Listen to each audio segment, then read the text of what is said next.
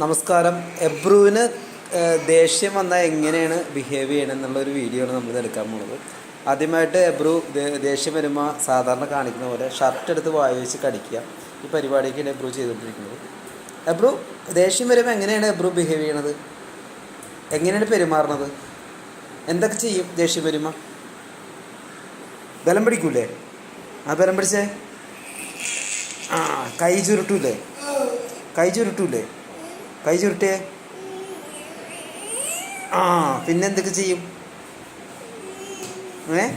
പിന്നെന്തൊക്കെ ചെയ്യും പറഞ്ഞോളൂ. ദേഷ്യം വരുമ്പോൾ എബ്രക്കുട്ടൻ എന്തൊക്കെയാണ് ചെയ്യുന്നത്, അതാണ് നമ്മളുടെ ഇന്നത്തെ ടോപ്പിക്ക്. പറ, എന്തൊക്കെ ചെയ്യും? ഇടിക്കോ? ചേട്ടന്മാരിടിക്കോ? അല്ലെങ്കിൽ കസേരയുടെ അടി കയറി ഇരിക്കുമോ? അല്ലെങ്കിൽ മുഖത്ത് തല്ലൂല്ലേ എബ്രക്കുട്ട? മുഖത്ത് തല്ലോ? എന്നാൽ മുഖത്തല്ല ഇങ്ങനെ ഒന്ന് കാണിച്ചു കൊടുത്തേ, നമ്മുടെ അല്ലു ചേട്ടനെ കാണിച്ചു കൊടുത്തേ. ഇതാണ് നമ്മുടെ അല്ലുക്കുട്ടൻ എന്നാണ് പേര്. അല്ലുക്കുട്ട 2 വാക്ക് പറഞ്ഞോളൂ. എബ്രക്കുട്ടൻ്റെ ദേഷ്യത്തെ പറ്റി 2 വാക്ക് പറഞ്ഞോളൂ. പറ, നീ ഓടിക്കളയല്ലേ?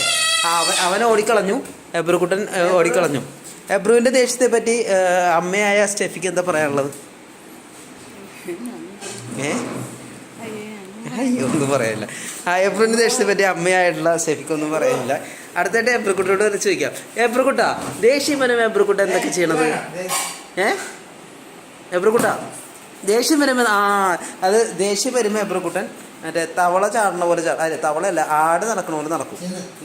പിന്നെ പുന്നാരം വരാൻ നേരത്ത് ഒരു പ്രത്യേക രീതിയിൽ മുഖം ഇങ്ങനെ പിടിച്ചുകൊണ്ട് കൊടുക്കും. എബ്രക്കുട്ടൻ്റെ അപ്പൂപ്പൻ എബ്രക്കുട്ടന് പേരക്ക മുറിച്ച് വായിൽ വെച്ചുകൊണ്ടിരിക്കുകയാണ്. ആ സീനാണ് നമ്മളിപ്പോൾ എടുത്തുകൊണ്ടിരിക്കുന്നത്.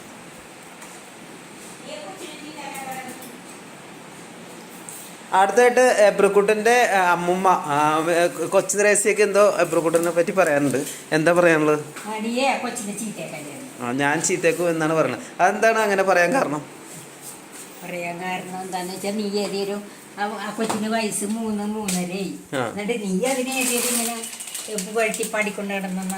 അതോടെ ഇന്നത്തെ വീഡിയോ ഇവിടെ പൂർത്തിയായിരിക്കുന്നതാണ്. ഇതോടെ എബ്രക്കുട്ടൻ പേരൊക്കെ തിന്ന് അത് അവസാനിപ്പിക്കുന്നു. അപ്പോൾ നമ്മളെല്ലാവരും നമ്മളുടെ വീഡിയോസ് ഇഷ്ടപ്പെട്ടെങ്കിൽ ലൈക്ക് ചെയ്യുക, സബ്സ്ക്രൈബ് ചെയ്യുക.